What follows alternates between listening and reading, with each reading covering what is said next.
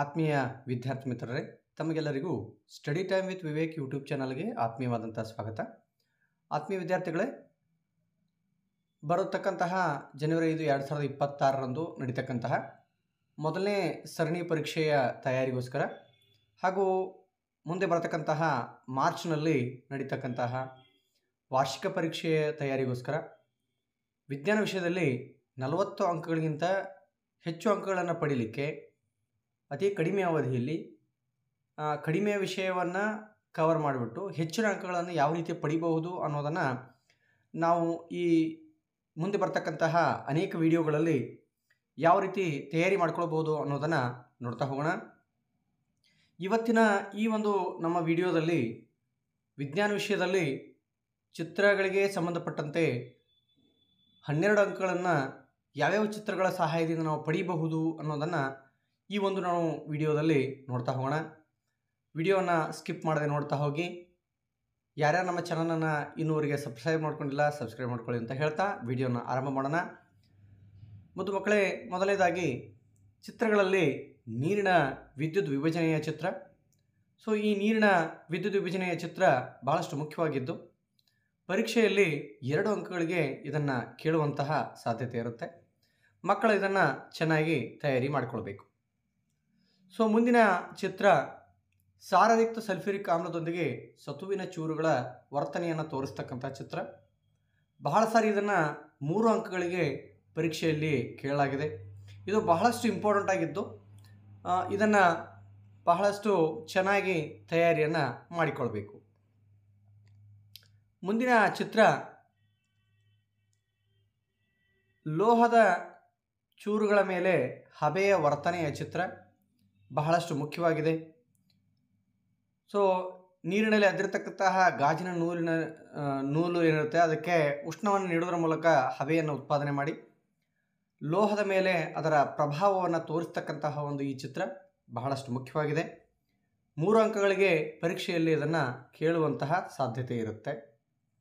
ಮುಂದಿನ ಚಿತ್ರ ಮಾನವನ ಹೃದಯದ ನೀಲಛೇದದ ನೋಟದ ಚಿತ್ರ. ಬಹಳಷ್ಟು ಮುಖ್ಯವಾಗಿದೆ. 3 ಅಂಕಗಳಲ್ಲಿ 100% ಆಗಿ ಕೇಳುವಂತಹ ಚಿತ್ರ ಇದಾಗಿದೆ. ಸೊ ಈ ಚಿತ್ರವನ್ನು ಚೆನ್ನಾಗಿ ತಯಾರಿ ಮಾಡಿ ಇದರಲ್ಲಿ ಬರ್ತಕ್ಕಂತಹ ಭಾಗಗಳೇನಿವೆ, ಮಹಾಪಧಮನಿ ಇರಲಿ, ಉಚ್ಚ ಅಭಿಧಮನಿ, ಬಲಹೃತ್ಕರ್ಣ, ಎಡಹೃತ್ಕರ್ಣ, ಬಲಹೃತ್ಕಕ್ಷಿ, ಎಡಹೃತ್ಕಕ್ಷಿ, ಸೆಪ್ಟಮ್ಮು, ಪುಪ್ಪಸ್ಕ ಅಪಧಮನಿ, ಪುಪ್ಪಸ್ಕ ಅಭಿಧಮನಿಗಳು. ಸೊ ಈ ಎಲ್ಲ ಭಾಗಗಳನ್ನು ಗುರುತಿಸಿದ್ದೇ ಆದರೆ 3 ಅಂಕಗಳನ್ನು ಪಡೀಲಿಕ್ಕೆ ನಮಗೆ ಸಾಧ್ಯತೆ ಇದೆ. ಇನ್ನು ಮುಂದಿನ ಚಿತ್ರ ಶಲಾಕಾಗ್ರದ ಮೇಲೆ ಪರಾಗದ ಮೊಳೆಯುವಿಕೆ. ಇದು ಸಹ 2 ಅಂಕಗಳಿಗೆ ಕೇಳ್ತಕ್ಕಂತಹ ಚಿತ್ರ ಇದಾಗಿದೆ. ಸೊ ಇದರಲ್ಲಿ ಬರ್ತಕ್ಕಂತಹ ಮುಖ್ಯ ಭಾಗಗಳನ್ನು ನೋಡ್ತಾ ಹೋಗೋಣ. ಸೊ ಚಿತ್ರವನ್ನು ಚೆನ್ನಾಗಿ ಬಿಡಿಸಿ ಶಲಾಕಾಗ್ರದ ಮೇಲೆ ಪರಾಗ ಯಾವ ರೀತಿ ಮೊಳೆಯುತ್ತೆ ಅನ್ನುವಂತಹ ಚಿತ್ರವನ್ನು ತೋರಿಸ್ತಕ್ಕಂಥದ್ದು.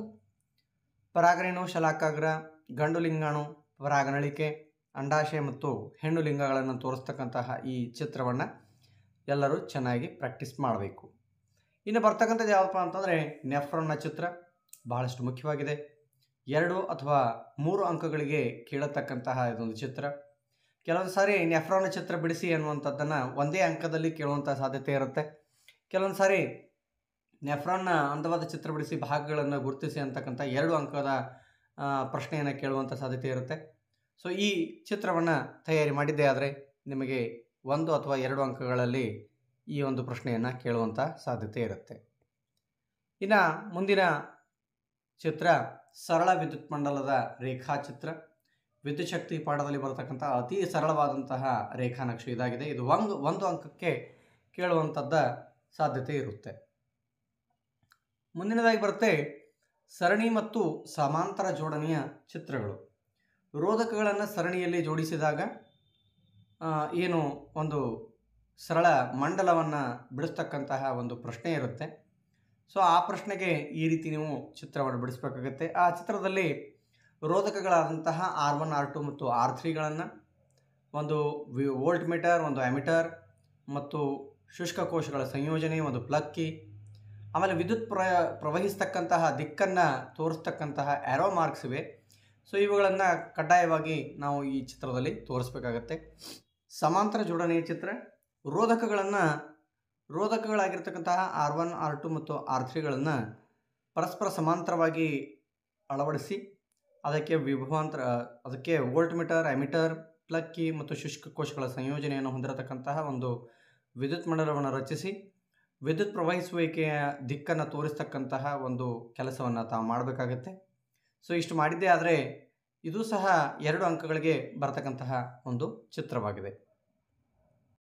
ಮುಂದಿನದಾಗಿ ಬರುತ್ತೆ ವಿದ್ಯುತ್ ಪ್ರವಾಹದ ಕಾಂತೀಯ ಪರಿಣಾಮಗಳು ಪಾಠದಲ್ಲಿ ಬರುವಂತಹ ನೇರವಾದ ವಾಹಕದಲ್ಲಿ ಪ್ರವಹಿಸುತ್ತಿರುವ ವಿದ್ಯುತ್ನಿಂದ ಉಂಟಾಗುವ ಕಾಂತಕ್ಷೇತ್ರ, ಏಕಕೇಂದ್ರೀಯ ವೃತ್ತಗಳನ್ನು ತೋರಿಸ್ತಕ್ಕಂಥ ಚಿತ್ರ ಇದಾಗಿದೆ.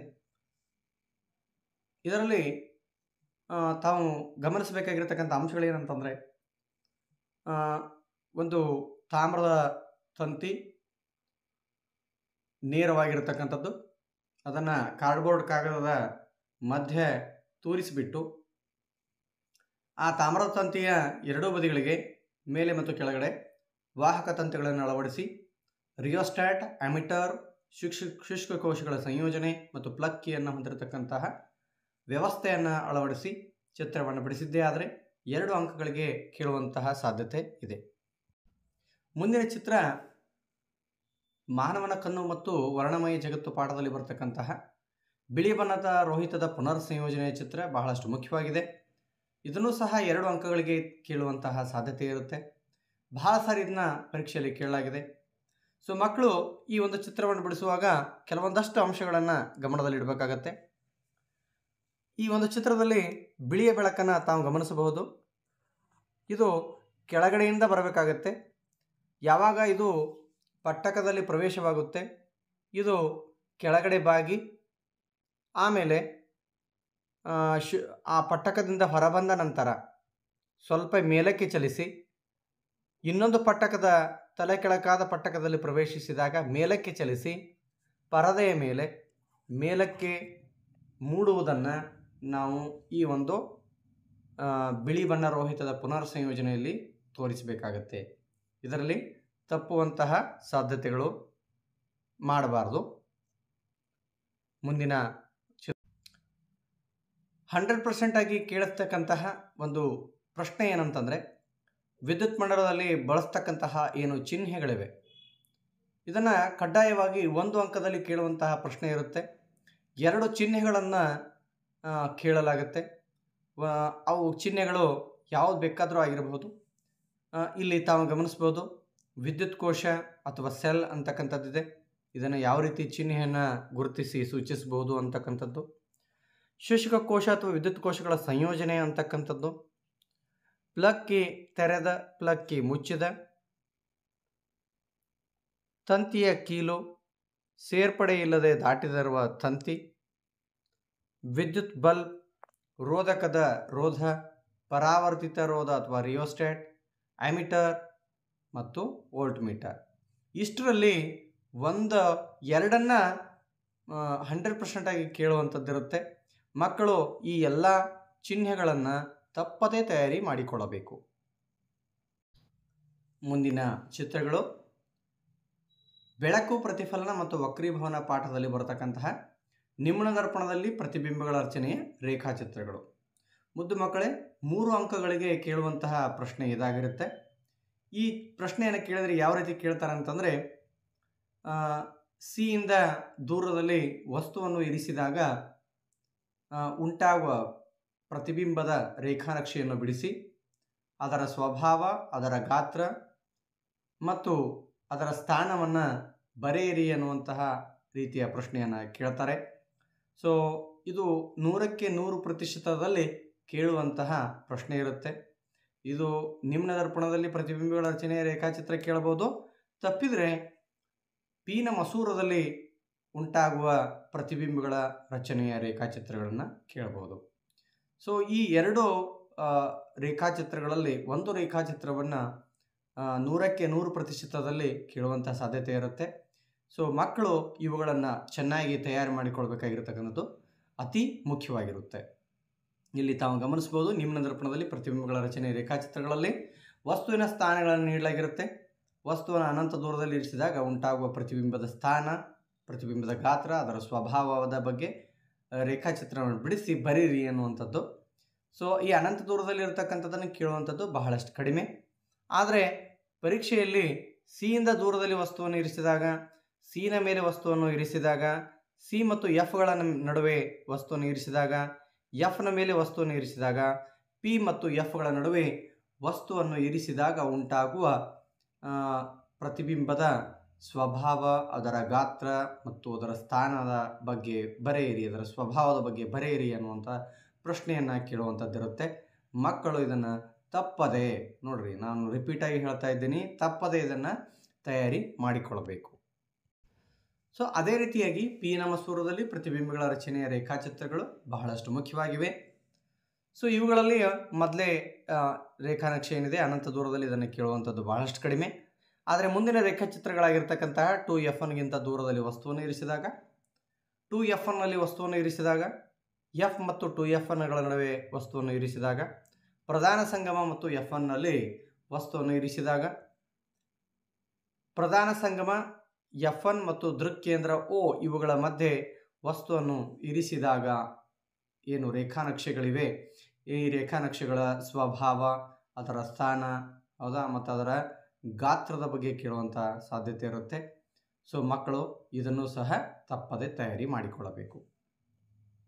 ಅದೇ ರೀತಿಯಾಗಿ ಲೋಹಗಳು ಮತ್ತು ಅಲೋಹಗಳ ಪಾಠದಲ್ಲಿ ಬರ್ತಕ್ಕಂತಹ ತಾಮ್ರದ ವಿದ್ಯುದ್ವಿಭಜನೀಯ ಶುದ್ಧೀಕರಣ ಅನ್ನುವಂತಹ ಏನು ಚಿತ್ರ ಇದೆ, ಈ ಚಿತ್ರವನ್ನು ಎಲ್ಲರೂ ಚೆನ್ನಾಗಿ ತಯಾರಿ ಮಾಡ್ಕೊಳ್ಬೇಕು. ಇದರಲ್ಲಿ ಗಮನಿಸಬೇಕಾಗಿರ್ತಕ್ಕಂಥ ಅಂಶಗಳು ಏನು ಅಂತಂದರೆ, ಧನಾಗ್ರ ಮಡ್ಡಿ ಏನಿರುತ್ತೆ ಅದು ಆ್ಯನೋಡ್ ಕಡೆಗೆ ಸಂಗ್ರಹವಾಗಬೇಕು. ಅದನ್ನೇ ಗಮನದಲ್ಲಿ ಇಟ್ಟುಕೊಂಡು ಚಿತ್ರವನ್ನು ತಾವು ತೆಗಿಬೇಕಾಗತ್ತೆ. ಕ್ಯಾಥೋಡನ್ನು ಸರಿಯಾಗಿ ಗುರುತಿಸಬೇಕು. ವಿದ್ಯುತ್ ಪ್ರವಹಿಸುವಿಕೆಯ ದಿಕ್ಕು ಏನಿದೆ ಧನ ಕಡೆಯಿಂದ ಋಣದ ಕಡೆ ಇರತಕ್ಕಂಥದ್ದನ್ನು ತಾವು ಗಮನಿಸಬೇಕಾಗತ್ತೆ. ಇಷ್ಟೆಲ್ಲ ಅಂಶಗಳ ಬಗ್ಗೆ ಈ ಒಂದು ತಾಮ್ರದ ವಿದ್ಯುದ್ವಿಭಜನೀಯ ಶುದ್ಧೀಕರಣದಲ್ಲಿ ತಾವು ಗಮನಿಸಬೇಕು. ಮುಂದಿನ ಚಿತ್ರ ಜೀವಕ್ರಿಯೆಗಳು ಪಾಠದಲ್ಲಿ ಬರುವಂತಹ ಪತ್ರರಂಧ್ರದ ಚಿತ್ರ. ಇದು 1 ಅಂಕಕ್ಕೆ ಕೇಳುವಂತಹ ಸಾಧ್ಯತೆ ಇರುವಂತಹ ಪ್ರಶ್ನೆ.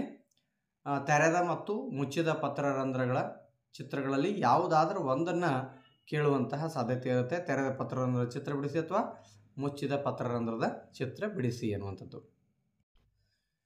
ಓಕೆ, ಇನ್ನು ಬಹಳ ಮುಖ್ಯವಾಗಿರ್ತಕ್ಕಂಥದ್ದು ಮಾನವನ ಮಿದುಳಿನ ರಚನೆಯನ್ನು ತೋರಿಸುವಂತಹ ಚಿತ್ರ. ಮಕ್ಕಳು ಇದನ್ನು ತಪ್ಪದೇ ತಯಾರಿ ಮಾಡಬೇಕು. 100ಕ್ಕೆ 100% ಮಿದುಳಿನ ನೀಲಛೇದದ ಚಿತ್ರ ಬರೆದು ಭಾಗಗಳನ್ನು ಗುರುತಿಸಿ ಅನ್ನುವಂತಹ ಪ್ರಶ್ನೆ 4 ಅಂಕಗಳಿಗೆ ಬರುವಂಥದ್ದಿದೆ. ಸೊ ಇದನ್ನು ತಪ್ಪದೇ ತಯಾರಿ ಮಾಡಿಕೊಳ್ಳಬೇಕು. ಸೊ ಇಷ್ಟು ಏನು ಚಿತ್ರಗಳಿವೆ ಇವು SSLC ಏನು ನಮ್ಮದು ಪರೀಕ್ಷಾ ಮಂಡಳಿ ಇದೆ, ಆ ಪರೀಕ್ಷಾ ಮಂಡಳಿಯವರು ಬಿಡುಗಡೆಗೊಳಿಸಿರ್ತಕ್ಕಂತಹ ಇಷ್ಟೆಲ್ಲ ಚಿತ್ರಗಳು ಬಹಳಷ್ಟು ಮುಖ್ಯವಾಗಿವೆ. ಇಲ್ಲಿವರೆಗೆ ನಾನು ಏನು ಹೇಳಿದ್ದೀನಿ ಚಿತ್ರಗಳು, ಇವೆಲ್ಲ ಚಿತ್ರಗಳನ್ನು ತಾವು ಚೆನ್ನಾಗಿ ತಯಾರಿ ಮಾಡಿದ್ದೇ ಆದರೆ ಯಾವುದನ್ನೂ ಬಿಡದೆ ಪರ್ಫೆಕ್ಟಾಗಿ ಈ ಎಲ್ಲ ಚಿತ್ರಗಳನ್ನ ಬರ್ತಿದ್ದು ಅಂದರೆ ನೀವು 100ಕ್ಕೆ 100% 12 ಅಂಕಗಳಿಗೆ ಚಿತ್ರಗಳನ್ನು ಕೇಳಲಾಗ್ತದೆ. 12 ಚಿತ್ರಗಳನ್ನು 12 ಅಂಕಗಳನ್ನು ಸಹ ತಾವು ಗಳಿಸ್ಬೋದು ಅನ್ನುವಂತಹ ಒಂದು ವಿಷಯವನ್ನು ತಿಳಿಸ್ತಾ ವಿಡಿಯೋನ ಇಲ್ಲಿಗೆ ಮುಕ್ತಾಯ ಮಾಡ್ತಾ ಇದ್ದೀನಿ. ಆದರೆ ಗಮನಿಸಿ, ಇದೇ ರೀತಿಯ ನಾವು ವಿಜ್ಞಾನ ವಿಷಯದಲ್ಲಿ 40 ಅಂಕಗಳಿಗಿಂತ ಹೆಚ್ಚು ಅಂಕಗಳನ್ನು ಗಳಿಸಬೇಕಾದ್ರೆ ಮತ್ತೆ ಯಾವ್ಯಾವ ರೀತಿಯ ತಯಾರಿಗಳನ್ನು ನಾವು ಮಾಡ್ಕೋಬಹುದು ಅನ್ನೋದನ್ನು ನಾನು ಮುಂದಿನ ವಿಡಿಯೋದಲ್ಲಿ ಇದೇ ರೀತಿ ಹಾಕ್ತಾ ಇರ್ತೀನಿ. ಈಗ ನಾವು ಚಿತ್ರಗಳಿಗೆ ಸಂಬಂಧಪಟ್ಟಂತೆ ಯಾವ ರೀತಿ ತಯಾರಿ ಮಾಡ್ಕೊಳ್ಬೋದು, ಯಾವ್ಯಾವ ಚಿತ್ರಗಳನ್ನು ನಾವು ತಯಾರಿ ಮಾಡ್ಕೋಬೇಕು, ಎಷ್ಟು ಅಂಕಗಳಿಗೆ ಆ ಚಿತ್ರಗಳು ಬರ್ತಾವ ಅನ್ನೋದ್ರ ಬಗ್ಗೆ ನಾನು ಡೀಟೇಲಾಗಿ ಹೇಳಿದ್ದೀನಿ.